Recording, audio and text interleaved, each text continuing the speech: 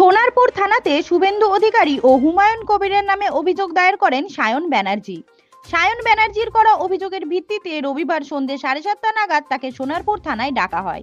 Email মারফত সোনারপুর থানায় শুভেন্দু অধিকারী ও হুমায়ুন কবিরের নামে অভিযোগ দায়ের করেন তিনি। তারা সাম্প্রদায়িক যে মন্তব্য করেছেন তা উস্কানিমূলক। এর ফলে বহু মানুষ প্রভাবিত হতে পারে, দাঙ্গা লাগার আশঙ্কাও রয়েছে। তাদের বিরুদ্ধে অভিযোগ জানিয়ে ব্যবস্থা নেওয়ার দাবি জানান তিনি। তার পরিপ্রেক্ষিতে তাকে ডেকে পাঠানো হয়। তার সাথে ছিলেন দলীয় নেতৃত্ব। প্রায় আধ ঘন্টা মতো তার সাথে কথা বলেন তদন্তকারী অফিসার। পুলিশ বিষয়টি নিয়ে ব্যবস্থা নেওয়ার আশ্বাস দিয়েছেন বলে বেরিয়ে জানান সায়ন ব্যানার্জি। সোনারপুর থেকে বাবলু প্রামাণিকের রিপোর্ট, HPR নিউজ।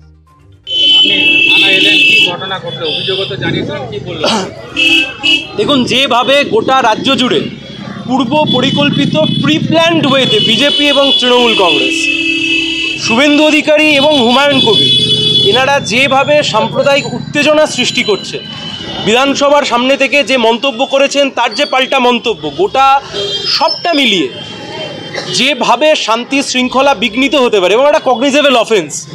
পূর্ব পরিকল্পিত জনপ্রতিনিধি যাদেরকে হাজার হাজার লক্ষ লক্ষ মানুষ ফলো করেন, যাদের কথায় উত্তেজিত হন, যাদেরকে ফলো রাখেন রাজ্যের মানুষ, তারা এমন মন্তব্য করছেন যার ফলে সাম্প্রদায়িক সম্প্রীতি নষ্ট হতে পারে, যে কোনো সময় দাঙ্গার মতো পরিস্থিতির সৃষ্টি হতে পারে।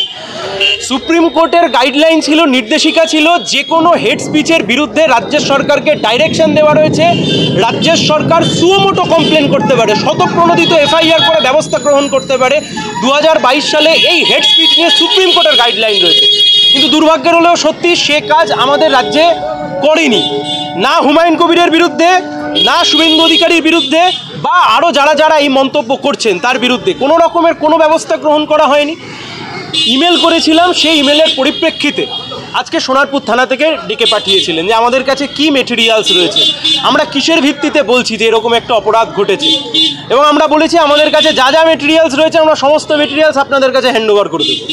যেখান থেকে আমরা জেনেছি, যে চ্যানেলের মাধ্যমে সোর্স, কোথাকার কি সোর্স, কোথা থেকে আমরা জেনেছি, আমরা সবটা ডিসক্লোজ করে দেবো আপনাদের কাছে। কিন্তু পুলিশ প্রশাসনের কাছে আমরা বলেছি আপনারা ডিউটি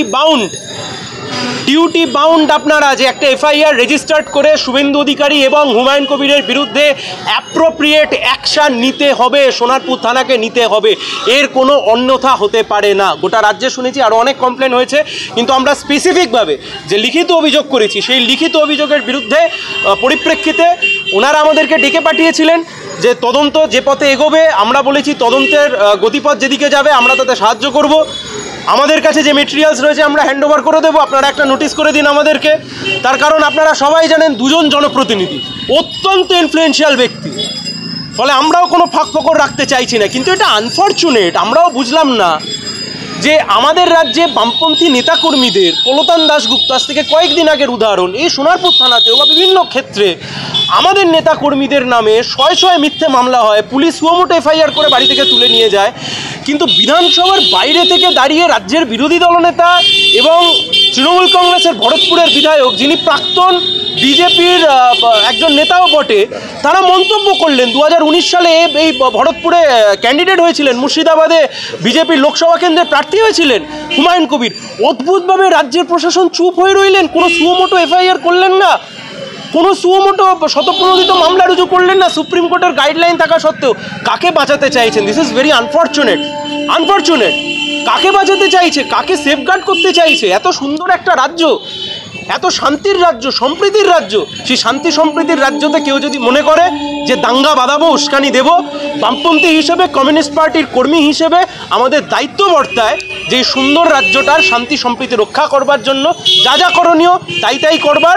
পুলিশের কাছে আমরা এসছি, এর বাইরে আমাদের নেতারা এখানে উপস্থিত রয়েছেন, যা যা দলীয় কর্মসূচি নেওয়ার তাও আমরা নেব, আগামী দিনে আপনাদেরকে জানিয়ে আমাদেরকে আশ্বস্ত করেছেন যে তারা আইনত পদক্ষেপ গ্রহণ করবেন ওই পুলিশ কমপ্লেনের পরিপ্রেক্ষিতে। এবং আমরা বিশ্বাস করি যে পুলিশের নিরপেক্ষতা, কারণ পুলিশের কাজ আইন শৃঙ্খলা রক্ষা করা, পুলিশের কাজ কেবলমাত্র তৃণমূল আর বিজেপির বাইনারিকে রক্ষা করা নয়, পুলিশের কাজ শান্তি সম্প্রীতিকে রক্ষা করা। Law and order is a state subject, law and order is a subject matter of police force. সেই ল অ্যান্ড অর্ডারের কথা মাথায় রেখে অন্তত ওনাদের ইন্টারভেন করা উচিত। যদি ইন্টারভেন নাও করেন, আমরা আশা করছি ওনারা ইন্টারভেন করবেন, ওনারা আশ্বস্ত করেছেন ইন্টারভেন করবেন, কিন্তু যদি না করেন আমরা এর শেষ দেখে ছাড়বো, কারণ এই রাজ্যটাকে আমরা এইভাবে ধ্বংস হয়ে যেতে দেখতে পারি না।